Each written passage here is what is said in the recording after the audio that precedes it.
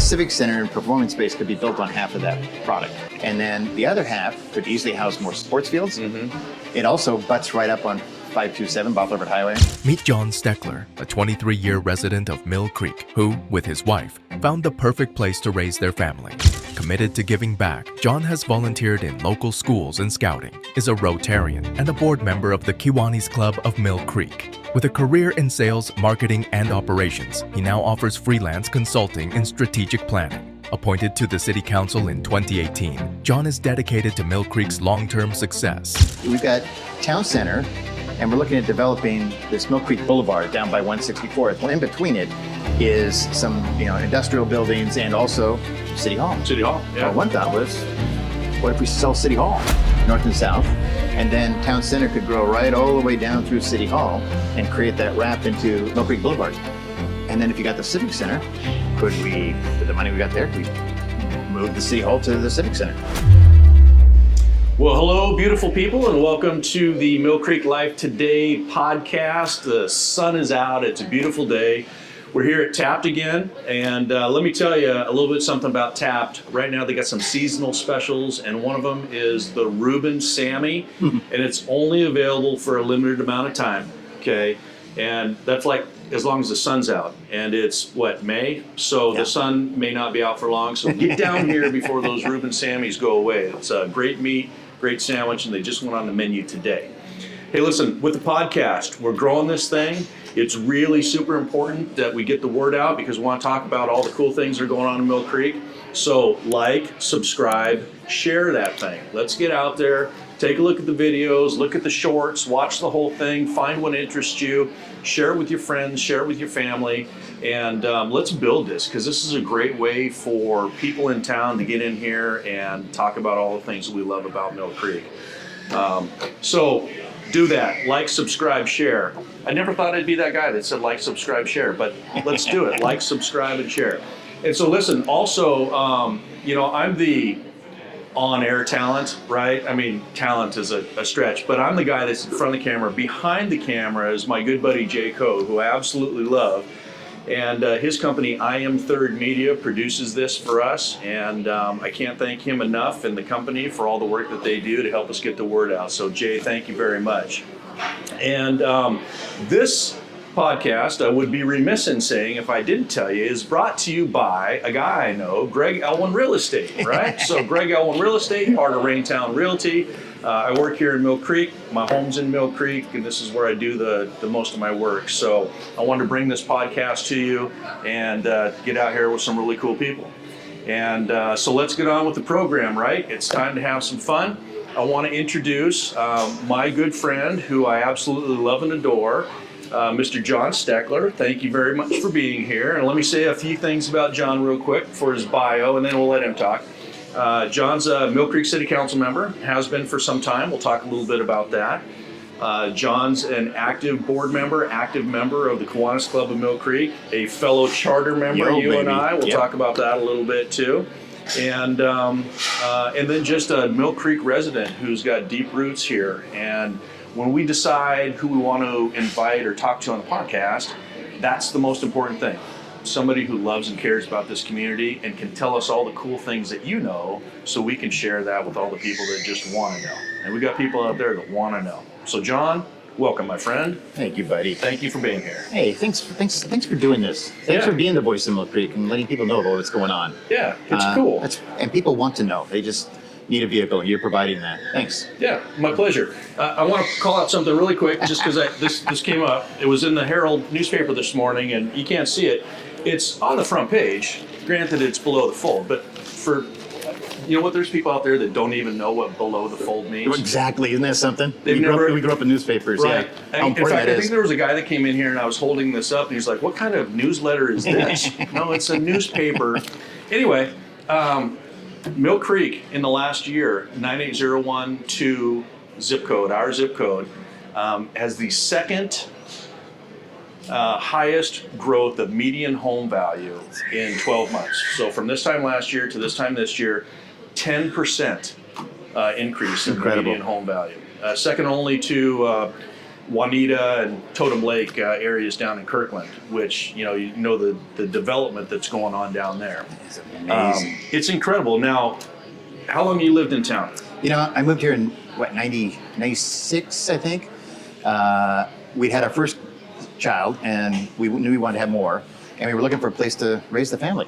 And so we were thinking about Edmonds, but I looked at Edmonds, and boy, if my kids ever rolled a ball out of the front driveway, it's going to roll down the hill into all the way down into the water. I don't know how family friendly. And then I found Mill Creek. Somebody had me out here for dinner at their house. Gosh, what an incredible place! Yeah, everywhere. And even today, I drive around and I have other people in the car, and they go, "This is idyllic." The amount of parks you guys have, the amount of the way the lawns are kept, and big houses, small houses, they're all the same. A lot of pride of ownership in Mill Creek, and it was actually, like I say, so I go up in '96 and went into Parkside, which is a funny little development. That's the only development in Mill Creek that's not part of MCCA. Right. But it's right in the middle of MCCA. So it's it's City Park is in there, and we had a beautiful little park called Heron Park in there. We lived there for a long time, and then the family started to grow, and we did not want to leave Mill Creek. We found a house in Evergreen, and it was it was in '07 when the real estate went way down. Yeah. So we bought it. Well, unfortunately, we had to sell our other house, and that was tougher to do at that time. Nobody's houses were selling. And then since '07, we've seen what you're talking about here, these values. Yeah. I mean, my home value in, I think 2010 in Parkside median was 308, and then we moved into Evergreen, and I think the median price you say now it's well over $1 million. Well over $1 million. Well over $1 million, $700,000 increase. Yeah, 308. Wow. You can't even find a house anywhere around here for $308,000. No. I've got a client who has about $300,000 in cash, and she's retired, and she just wants to buy something with cash, and so we're going to Tenino. For any of you know where Tenino is, it's South Thurston County. It's almost freaking Centralia. We're going to Tenino on Friday to look at a house because that's where she can find a house for $300,000.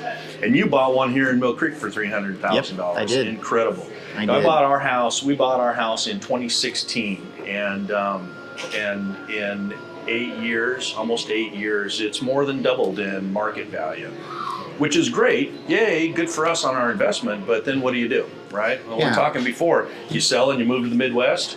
Oh, you have a great. You're way ahead of the game then. But I don't want to leave Mill Creek. My kids are grown. Yeah, we drove by Mill Creek Elementary, and I said to Lisa, my wife, remember when we brought the boys through there? Having the first one we had to spend the night camped out in front of the elementary school to get them into full all-day kindergarten, and then we took them through middle school here at Heatherwood, and then through high school at Jackson, then through college, and now they both left the house and launched in their careers. And Yeah.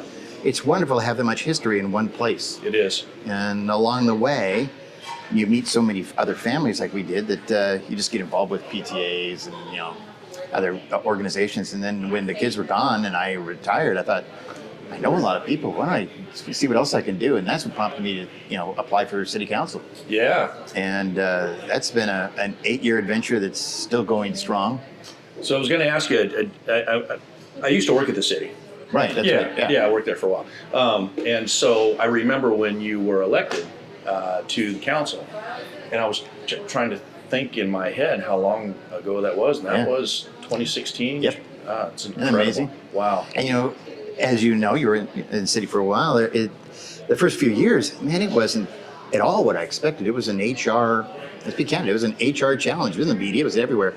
We had city manager problems, and then we had more city manager, and then we had other people that were leaving, and it just it had been a nightmare that for the next 6 years, I'm on city council, but I'm really doing crowd control we all are on the council on HR issues. Right. And we're not doing anything for the city. Right. Hell yeah, it was frustrating. And now I can honestly say, with a few years of history, it's settling down now. So we can actually focus on some exciting things like developments and civic centers, and I mean, there's a lot now that's going on, and I really appreciate you being the voice and letting people know that we want their voice, because I gotta tell you, city council it's looking at doing a lot of big decisions about vacant land that we have, that we could develop a civic center, multiple sports fields, the performance space. I mean, it's a bunch of different things.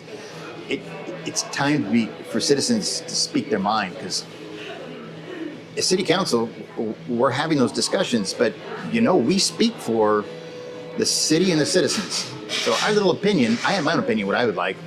I am one citizen. Now, city council, yeah, I should be making decisions based on what the city and the citizens tell me they want. So tell us. Come to these open chats, contact us, contact me directly. I love talking to people, but you're going to be hearing more about this in the coming months. We have 14 acres, of which a large segment, the majority, is going to be developed.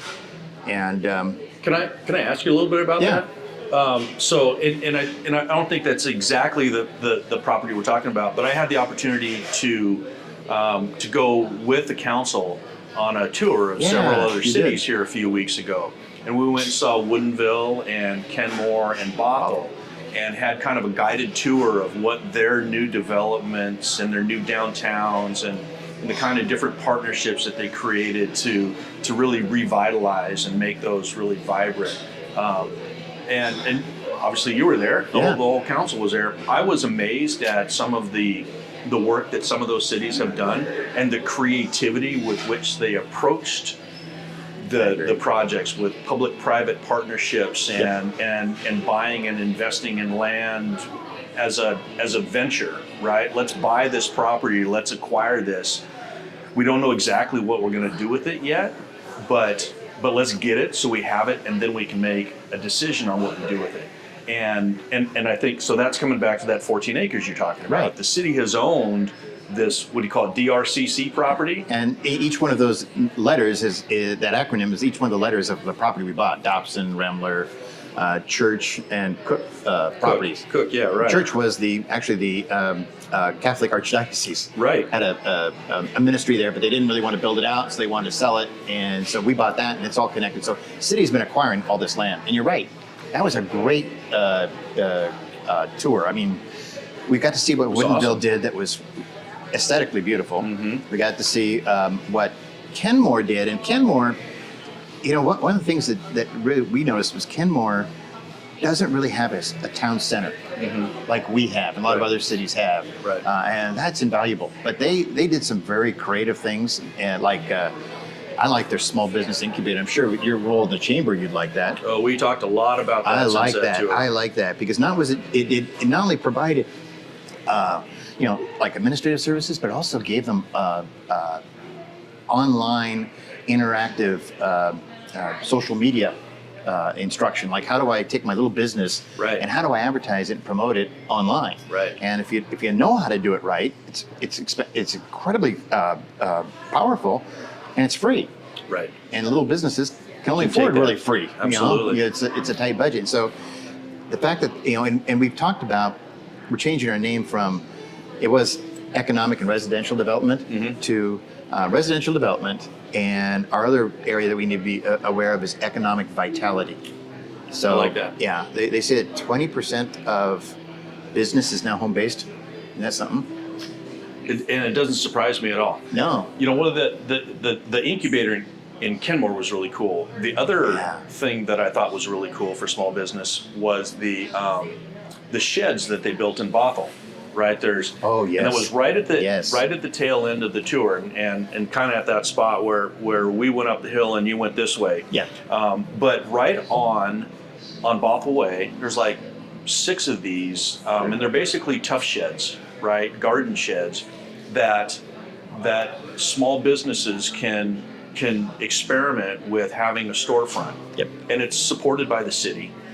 Paid for by the city, but these small businesses can come in and go, you know what, I make cookies. Let me see if I can make cookies in this shed and sell them here, and find out, I can't do the kind of volume, so I'm just going to go back to my garage, but maybe I'm going to do something that I can do here. I'm going to sell these trinkets, or I'm going to sell jewelry, or something that I can take advantage of this opportunity to build my home-based business and transition from working in my garage to working into a storefront, an incubator, and then expand and grow from there. And I just love the creativity that those those cities brought to that. That was very creative. That's almost like a farmer's market. Right. Yeah. And Right.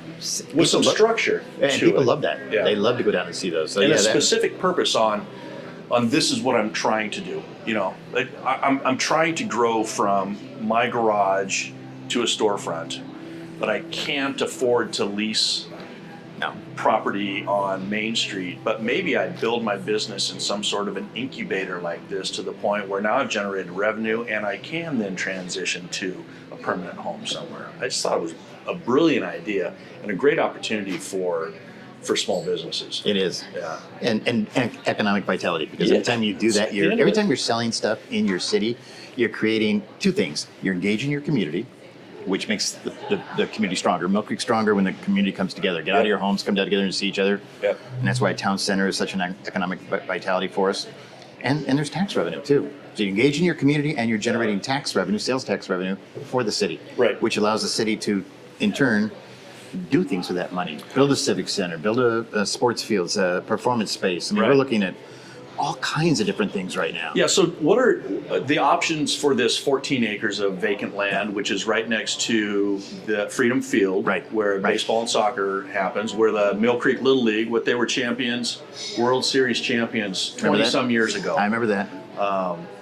But that's their home, and it's still their home, right? Maybe Right. they'll get back to the World Series. I'm not putting any pressure on you kids. I mean, I get it, but come on, let's swing the bats. But this property is all adjacent to that, and so Yes. there's been ideas since I was at the city Right. and before of what do we do? Do we build more sports fields? Do we build some buildings? There was even talk some time ago about putting in ice skating, a couple sheets of ice for the ice hockey. So what's kind of the hot topics with Boy, there's this a bunch of property now? Okay, right now we've done the wetland study, so it tells us exactly how much of the 14 acres can be easily developed. And it's a big chunk. So that was good news. Some of the ideas have been Civic Center, an actual multi-story Civic Center that would house a number of different meeting spaces.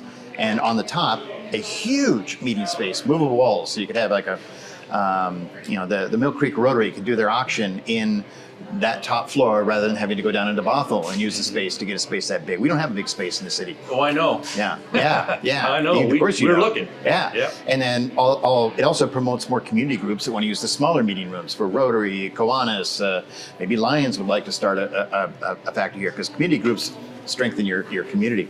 But so the Civic Center has been one that a lot of people like to rally around. Some of the other ones have been, some people are real fans of sports fields. And the reason why is they want additional sports fields so that we can get on the tournament play. In other Sure. words, other teams would play on one of our sports fields. You bet. And I myself and a couple other council members have been floating by the idea of a performance space, a theater. Not a huge one, like a 350 seat theater, which is it's something every city around us has one. Right. They provide a number of things. They provide revenue, but people rent the theater, like the schools, for their performances. They engage your community. You get on the lecture circuit for our seniors. We have a Mill Creek choir that has never sung in Mill Creek. Right. There's no space for them. No place for it. No Yeah. place for them. They've sung in Notre Dame, but they can't sing in Mill Creek. That's kind of sad. That's so sad. that's something that we've looked at. Is We there want to a- maintain the green space. That's real important. I do understand maintaining the green space because that's part of what Who we are. makes Mill Creek Yeah. Mill Creek, right? But we still have to find a balance, right? Because you'll notice when we went on some of these tours of these other cities, right? There weren't any native vegetation, right? Yeah. It was all landscape vegetation. That's right. But we still have to find a balance. And, I think that bears out everywhere around the world, right? How much you preserve nature and how much you grow and develop. And so that's always going to be a battle. But is there, it seems to me that there would be a way to meet several of those needs, right? With most of 14 acres available. I mean, I don't know what it takes to build a ball field and put a parking lot in, but, maybe, I know parking garages aren't the most popular thing, but maybe a parking garage would be a good idea, or some subterranean underground parking to allow for that. We do that in a couple places here in town. But it seems like that Civic Center, I love that idea, and I love the performing arts idea. It seems that there would be some way to make those two things live together, right? Where you could create some sort Yes. of a building structure or a campus that would allow you to have both of those, which might then cut into the sports field availability. That's the challenge. The sports field takes up the most square footage. Everything else can go, up a few stories and take a smaller footprint. Definitely, the Civic Center and the performance space go hand in hand. They could be built together, and it's nice because it connects it all in one area, and maybe not know about the performance space unless you went down to the Civic Center. Right. And we can do a lot of classes at the Civic Center. We're limited by the space we have right now for all of the, and we do recreation, sports, we do cooking classes, we do all these different courses in our rec program that people love, and it puts local people to work as a teacher, and people pay a fee, and so it's actually a revenue generator for your city too. But we're limited by the space we have, so this would give us more space for that, so that expands that. But you're right. I mean, right now we're looking at that Civic Center and performance space could be built on half of that product. And then the other half could easily house more sports fields. It also butts right up on 527 Bottler Highway. So, if somebody wanted to develop it, the developer would pay a small fortune for that piece of land. You bet. Yeah, because it's got the frontage, but we're not sure that's what we want to do with it. So we got to really think that through. I mean, last night at the meeting, we actually floated an idea that really created some ergs in the room. But we've got Town Center, and we're looking at developing this Mill Creek Boulevard down by 164th. Well, in between it is some, industrial buildings and also City Hall. City Hall, yeah. Well, one thought was, what if we sell City Hall, north and south, and then Town Center could grow right all the way down through City Hall and create that wrap into Mill Creek Boulevard. And then if you got the Civic Center, with the money we got there, could we move the City Hall to the Civic Center? Yeah. And that way people know where our City Hall is, and they know where the classes are held. They know where events are catered. They know where the performance space is. I mean, it's just one idea. That's the cool thing is everything right now. Could create a whole civic campus. Yes, but we need input. Yeah. We need not from a few citizens. I need it from as many citizens as possible. Well, I think it's important for some people to know that City Hall, the two buildings that comprise City Hall, were never built to be City Hall. No. Right. They were commercial tilt-up buildings that housed light manufacturing or warehouse space. Office space, yeah. And the city bought those properties and then converted them. And so the city's never had in 40 years of existence, a purpose-built city-owned building. Nothing, right? Which is fine. But there comes a point when you have to invest in your city and your infrastructure to remain vital and relevant in our community. Mill Creek is a cool town and we love it, and Town Center and Main Street is awesome and it brings all those things. But now we're competing with the places that we went to, Woodinville and Bothell and Kenmore. We're competing with those folks for business because they're doing things, and so now it's time for us to do things too. Exactly. We want to stay relevant. We want to stay important, and so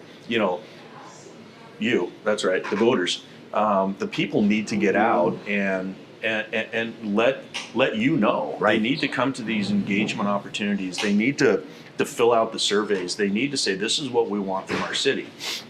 And I apologize because many of you are my friends, but there are a lot of people that would prefer that the city just stay the same the way it is. And that's true. And I can agree to disagree on that, because I think that if we stay the way we are, just like anything, if I don't do anything new in my business will begin to wither as time passes. It's true of everything, right? We got to keep things fresh and keep things going. And so the idea that we just sit and hold on to what we have won't work for long. No. It doesn't work for cities, doesn't work for businesses. It doesn't work. You need to grow. You need to grow and adapt. If one of the projects that was fought so hard in its development was that city center for us. And people said it would be the death of Mill Creek because it'd be a concrete desert. It was buildings. It wasn't green. That's what we're all about. Had we listened, that would never have been built. Right. Because there's a lot of people that feel that way. A lot of other people that said, that could create a sense of downtown and And it does. It does. It does, man. You go down there, that's where we eat. We want more shops to shop in. We definitely enjoy going down there to get our groceries there. We definitely enjoy going down to get our, prescription drugs. And the biggest growth in tax revenue in Mill Creek is accommodations and dining. We don't have any accommodations, so it's all about the restaurants. Yeah, it is. And I think, that's right. I go down there and I've always got to wait in line to get into any of these restaurants. True story. Yeah, you don't drive up and walk into Azteca or even maybe Azteca, but not like the places down in the downtown center. It's really hard. It's a great segue to talk about the wine walk that we had last Saturday. That was great. And and folks out there maybe don't know that the Chamber of Commerce and the Mill Creek Town Center Association are in the process of merging. And so the wine walk event that occurred last Saturday in town on May 4th, may the 4th be with you, was the first joint venture of the Chamber of Commerce and the Town Center. So essentially the Town Center is now a committee within the Chamber. And so it was the first time the Chamber had taken on the wine walk. Now a lot of the players were the same from the Town Center. It was an incredible success. We sold more pre-sale tickets than we expected to sell. We sold more tickets the day of the event than we expected to, and which was really cool. We had 19 stops. It was like 450 or 60 tickets that we sold. And it was really cool for the event from 5 to 8 p.m. But after the event, we were cleaning everything up. And then I went and had a glass of wine with some friends down the street. And I'm walking back about 9:30, and there's people on the street walking up and down the street, laughing, having a good time. The restaurants are full. You look in the windows, and the tables are full, and the music's playing inside. And it's 9:30 at night on Saturday in Mill Creek. Can sometimes be a ghost town. Yeah, sometimes it can. And on this night, it was alive and vibrant. And as we talk about what all these other cities are doing and what the future may be, for me, that's the barometer measurement right there. That's what we want to attain. Mm-hmm. We want this to be a lively, active place with people having fun and enjoying life, which is why we do some of the things that we do personally, right? Mm-hmm. So I want to talk a little bit about that too, because the Chamber of Commerce and the city have a great relationship, and we're really developing that. And I want to talk a little bit more about the summer, what's coming up in the summer. But you and I touched on this earlier, are charter members of the Kiwanis Club of Mill Creek. And not everybody knew this, but prior to 2017, there was no Kiwanis Club in Mill Creek. Nope. And there was a fellow by the name of Jack LaPointe who'd been a Kiwanian for decades, maybe even a century. and he came up with this idea. Him and Dave and Kathleen. And Kathleen works for Kiwanis, and Dave had also been a Kiwanian for a long time.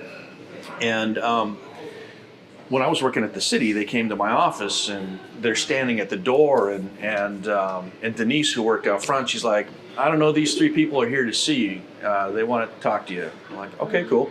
And so they came in and said, hey, listen, and told me this story. We're going to start a Kiwanis Club. There's never been one.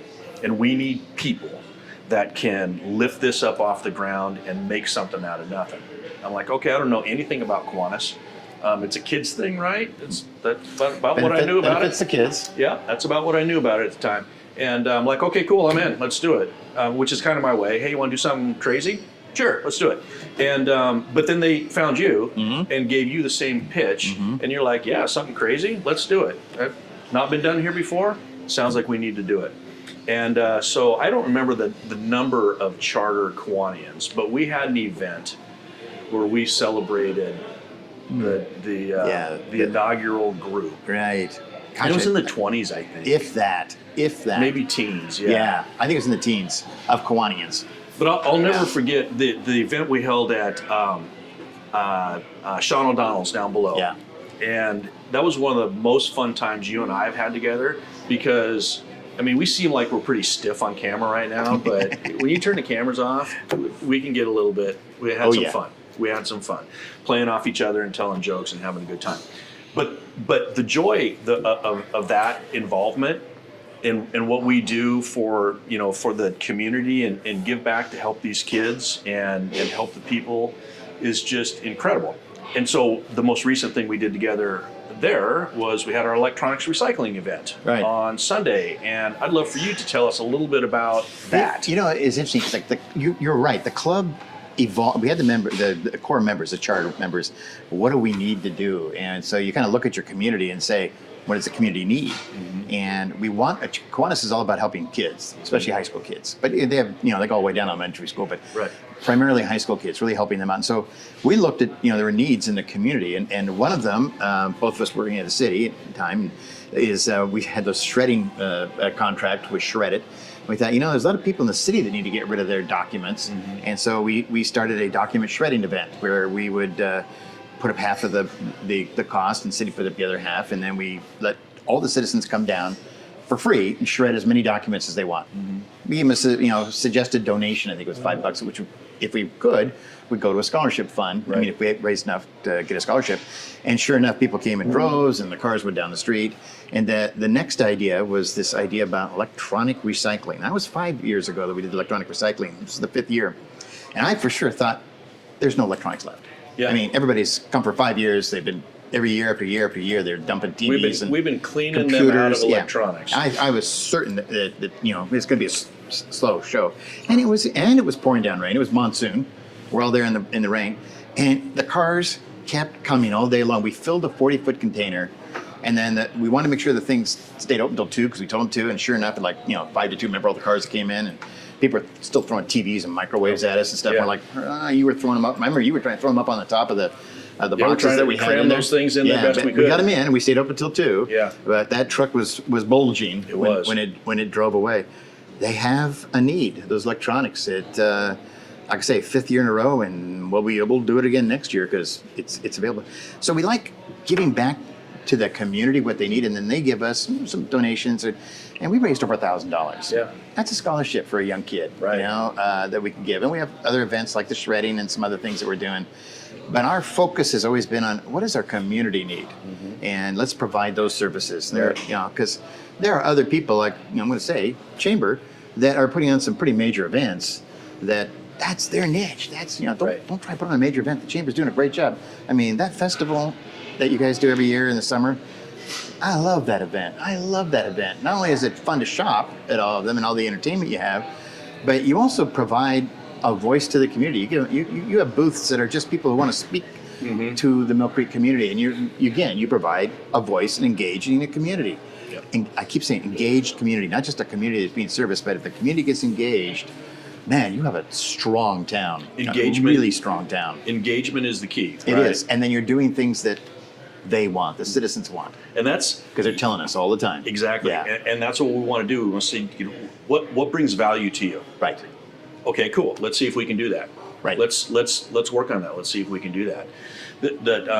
The relationship between the Chamber and the Kiwanis, and the Chamber and the Rotary, and the Rotary and the Kiwanis, these kind of central core groups.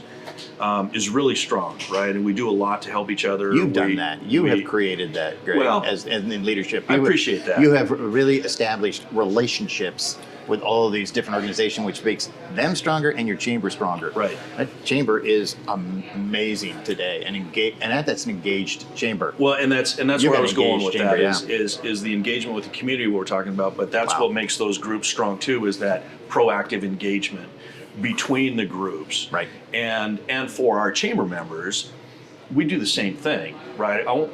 If I'm asking a business like this one, Tapped, right? They're a chamber member. If I'm asking the business, hey, would you like to be a chamber member?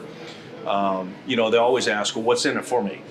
What's the point? Sure. Well, we can, offer you networking opportunities. We can offer you business development services. We can do some advertising for you. We can help you out. But what do you want? Right? What do you want to get out of being a chamber member? And most of the time, it's those kinds of things that we just talked about, because that's what chambers do. But every once in a while, somebody will be like, you know what? I'd really like this thing. And I don't know what this thing is, but whatever it is, we'll see if we can do it. Yeah. Because we haven't thought about that before. And so that's at its core, that's the engagement piece of it. Right? I like that. I really do want to listen and care about what you have to say, and then see if I can do something about it. You know, one of the part about on Kiwanis again, kind of a surprise that I find very exciting about it is Kiwanis has a high school program called Key Club, Yes. and we sponsor Key Club at North Creek High School and Jackson High School. And like in Jackson High School, as an example, I'm an advisor for their group, so I know a lot about what they're doing. That's the largest group in Jackson High School. In fact, I think it's one of the largest groups in the Everett school system. They have over 230 members. That's just incredible. That these are high school kids that join this group, Key Club, for the purpose of understanding and gaining community service hours. Because when you go to college nowadays, it's the essay. It's like down here at the bottom of your grades. Right. Yeah. But then exactly. it's the essay, and then it's the letters, and then it's the amount of service hours. And these kids are learning at a young age about contributing, being a corporate citizen, a public servant. At a young age, that's a difficult concept to comprehend, It is. yet they do. It is. And I love working with them. Well, one of our original presidents of the Key Club, the first time we started, when we charted the group, was a guy named Chan. Oh yeah. Chan got a scholarship to Yale. Chan comes back every year to visit us and talk to us about school. And then he goes back and he talks to the Key Club kids and inspires them. Yeah. And the other presidents have done the same. They've gone on to various colleges and they come back and they spread the word to the kids still in high school about get those hours in. We just had a Mill Creek garage sale at our house for the Key Club kids and said, you know, Kiwanians, bring your stuff, give your stuff. Well, the Kiwanians gave really nice stuff. And these kids raised over $1,000. That means that every kid in that club in their senior year can go to their national conference, put that on their resume, because that money will pay for it. Right. That money will pay for it, so they don't have to go to their parents, or the kids don't have to cough up $300. That allows that senior class leadership group to go and put that again on their resume and hopefully have the kind of college success. So it's preparing these kids. That for me has been incredibly worthwhile. That's at its core. That's what it's about, right? Yeah. Is helping kids succeed in life. That's it. And That's the core of Kiwanis. And whether it's young kids or seniors, and like we talked about, we spend a lot of time with Key Club kids because that's a really strong group.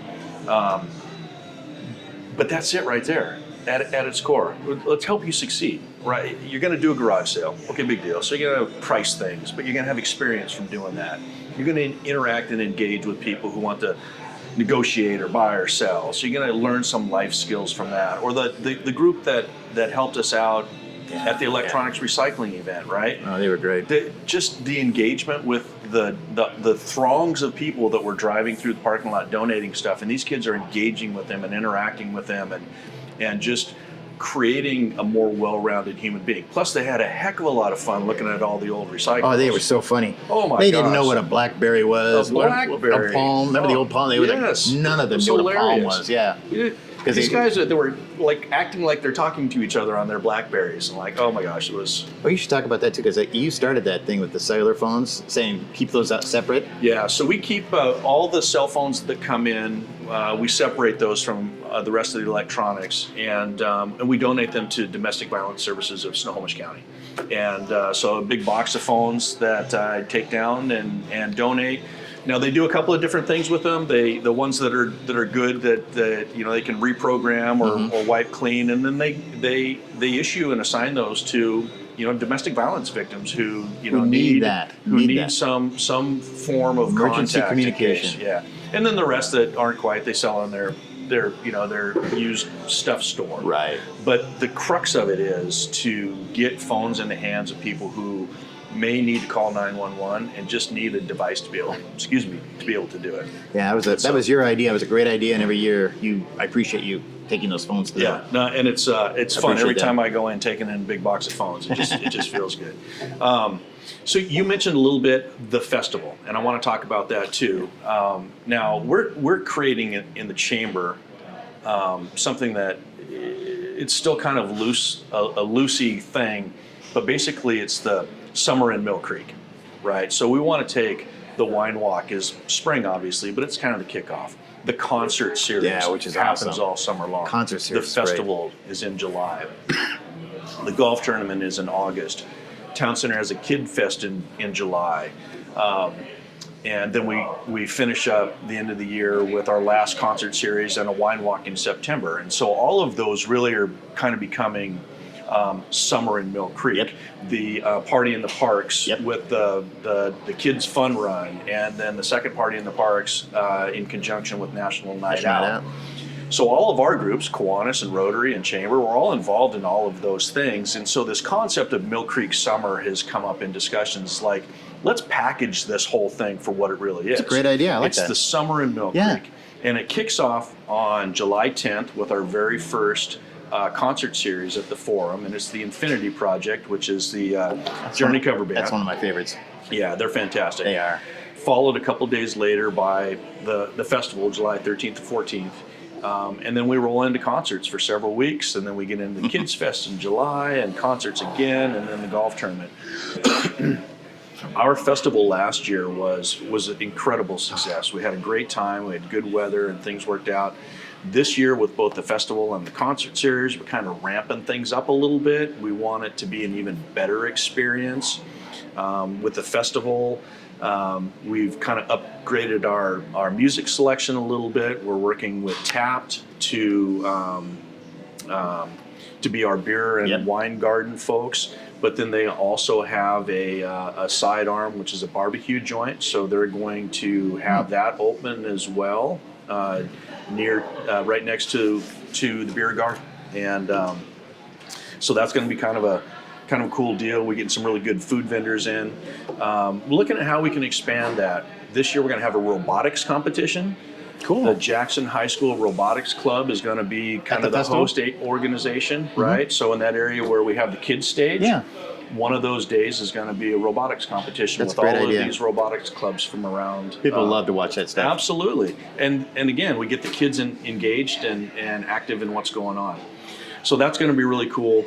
Concert series, again, we're spending more money on bands, so theoretically we're upping our game a little bit, but we're also bringing in a sound guy and a light guy, so we'll have Wow. consistent sound and consistent lighting. We'll put a stage in there, try and increase that experience too, and get some more involvement need a from bigger our space. businesses.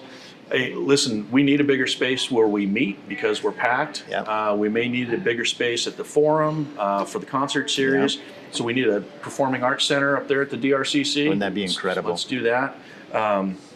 But good problems to have. Yeah. And it just kind of goes back to the central theme of being active, engaged, listening to what the people want, trying to give that to them, and create a vibrant, energetic, active community that people want to be part of. And you know, we talked about bands. We actually are bringing in some bands that maybe are appeal to a little bit younger group than we've had in the past because the demographics in Mill Creek are changing. They are. Let me tell you, my house, when we moved in 2016 and we had teenagers, they were the kids on the loop. They were the kids on the loop. There weren't any others. Everyone else was really? older. And in the time that we've been there, 7.5 years, there are now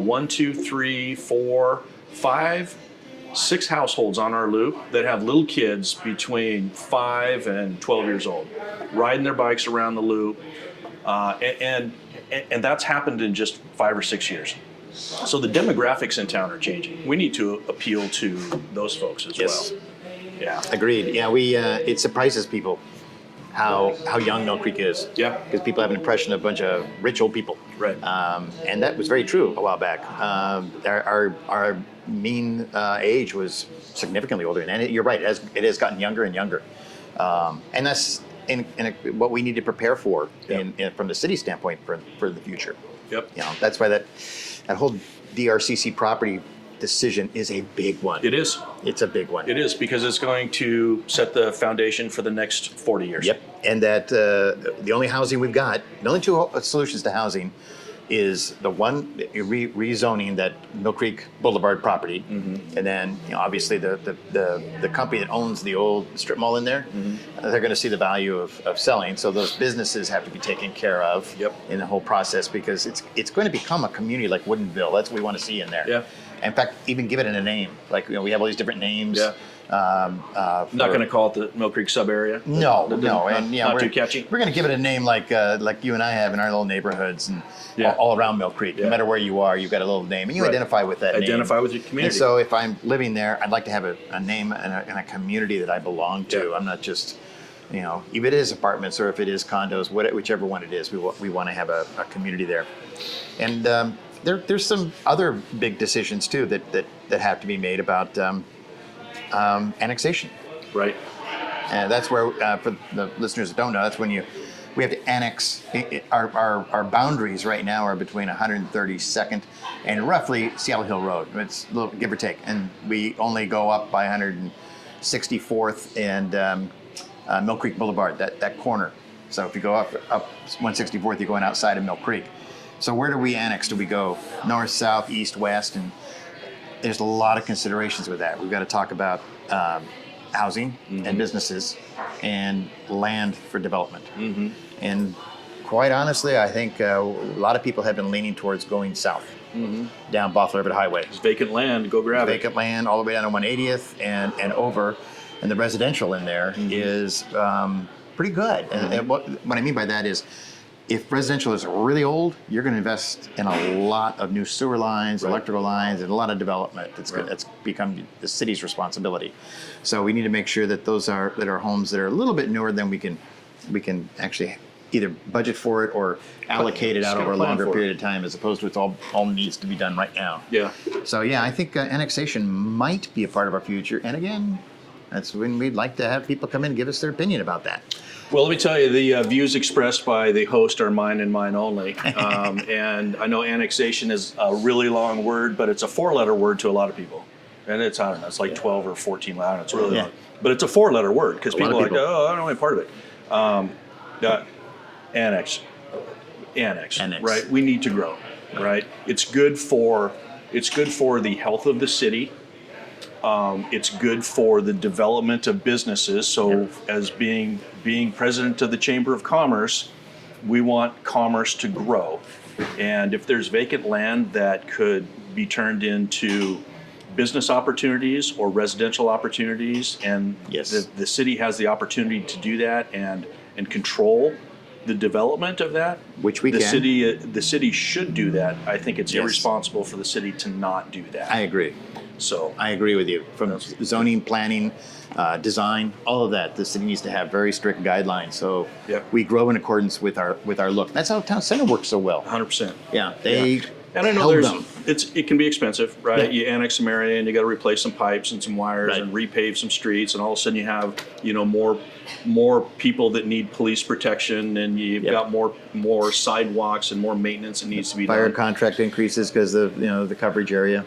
But that's an investment in the future of the city, right? Exactly. And we do that all the time. I don't want to buy tires for my truck. It's going to cost me $2,000 to buy tires for my truck, but I'm going to do it because I know that my truck is going to last. And you've got a perishable commodity here. You got to think about that. We do. If we don't annex into these areas and somebody else chooses to do it, then it's gone. You've lost control. And we're a little landlocked circle. Yep. That's what Mill Creek is right now. And so, if you're going to grow, you might want to say, well, maybe we should take advantage of the opportunities that are there right now. We could go north, we could go south, we could go east, west, go all the way up to the freeway. But once that is annexed, we don't have that decision anymore. Right. And I think right now going south would be a great opportunity. That's the opinion of the councilman that you have on this podcast right now. That's my opinion too. Yeah. It's my opinion too. But not the opinion of the city as a council as a whole. That's just me. Cool. Well, John, we've got to wrap up. That's been fun. I've enjoyed this. It's been Thanks a lot again of for fun. doing this. Yeah. I really appreciate it. It's a lot of fun. Am I missing anything, Jay, before we go? Did you guys have fun? Yeah, I did. So I had a heck of a Time lot flew of fun. by. Yeah. It felt like it. You wouldn't believe we've been rolling for 52 minutes. Yeah, I wouldn't believe. Wow. I just kind of glanced on my phone a few minutes ago and thought, oh yeah, man. We got the next we've one coming been in. going. Yeah, you got to get me out of here. Well, we're good today because Thanks we for don't have doing anybody this. else coming Thanks in. again, man. So, John, again. thanks a lot. Oh, And good. This is this is awesome to be able to have this kind of forum. Awesome that you're doing Thanks this. to Tapped again. Thanks to Jay for making this Thank happen. you, Jay. This is the program. And like we're going it. to grow it. Like, subscribe, share. Exactly. Because let's get this thing out there. And anybody you think that needs to come in here and chat, let me know. I will. To make it happen. Thanks, buddy. Thanks, my friend. Appreciate you. You too. Love you very much. Love you.